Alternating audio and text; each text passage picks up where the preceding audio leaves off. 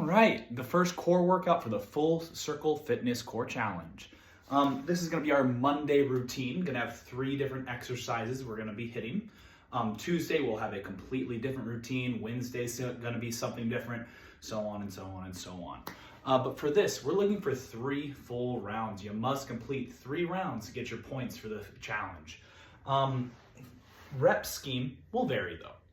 If you are on the stronger side with your abs, we're going to be looking for 30 reps. But if we're kind of just beginning, 20 reps will be perfectly fine. So if you're giving me anywhere 20 to 30 reps for any movement, that's perfect. Maybe you can challenge yourself a bit by the end, right? Maybe you're starting week 1, 20 reps. By week 4, hey, you're hitting 25 reps or maybe hitting all the way to 30.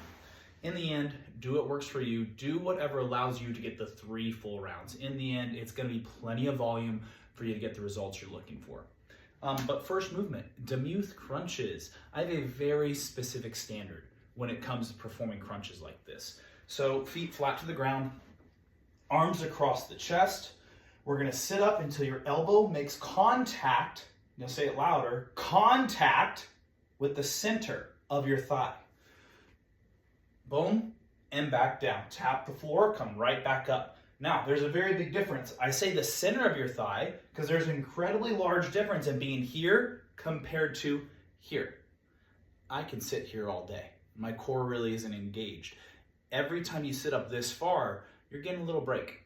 I don't want that. I want the core active the whole time. You can't hold yourself here for a very long time because your core is actually engaged.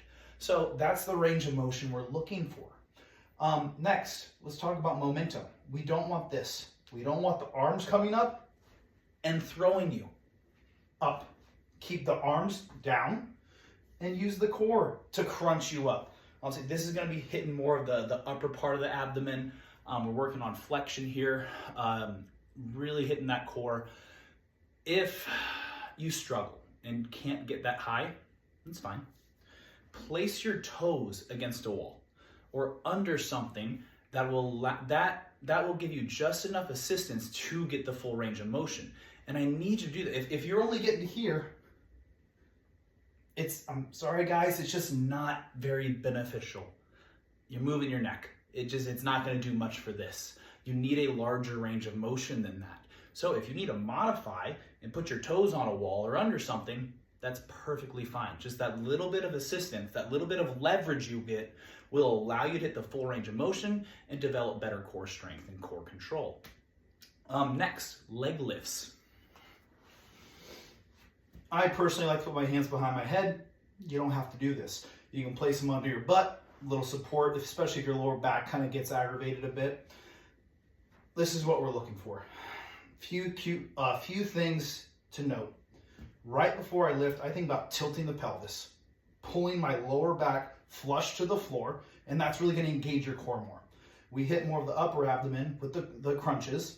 Now we're going more lower and hip flexors. Feet tied together, they move as one unit. Stop just before you hit the ground.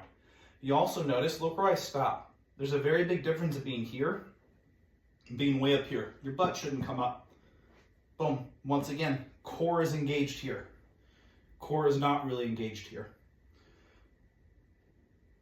Next, the legs. Legs have to be straight.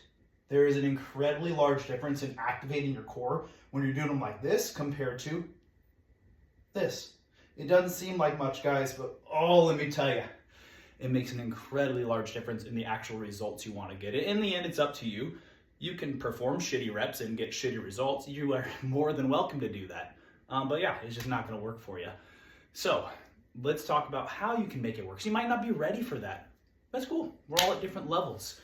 If you can't move here with straight legs and we're bending or you're getting one at a time, one leg, this will help develop the strength to enable you to eventually do it 2 legs at a time.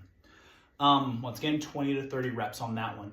And our last one, I call these extended bicycles. We are laying completely flat on the ground.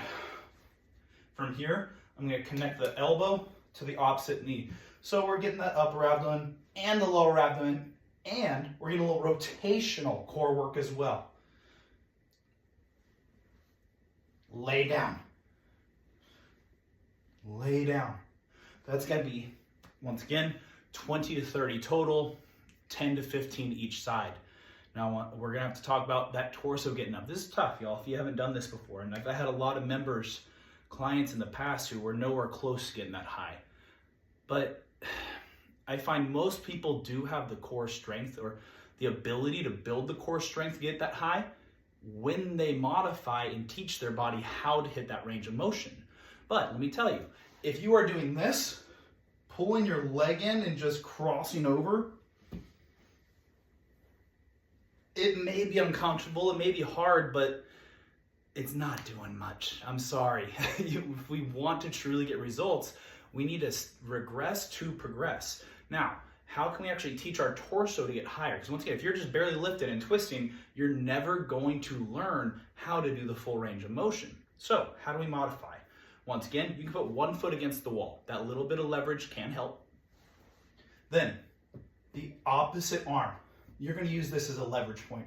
Before you try anything, drive this elbow into the ground as hard as you can, and that will help your torso get higher. You may think of this as cheating. I promise you it's not. It's still gonna burn. It's still gonna hurt because you're getting in a position you are typically not able to get into. And it's actually gonna teach you. I find people have the core strength to do this pretty quickly. It's the activation that they're missing. So once again, the biggest focus, if you don't have the range of motion, if you can't sit up and touch in the center, torso and leg are both up, and you're just here, you need to drive your opposite arm into the floor, help your torso get higher, and then you're gonna start finally seeing some results when it comes to your core routines. Have fun.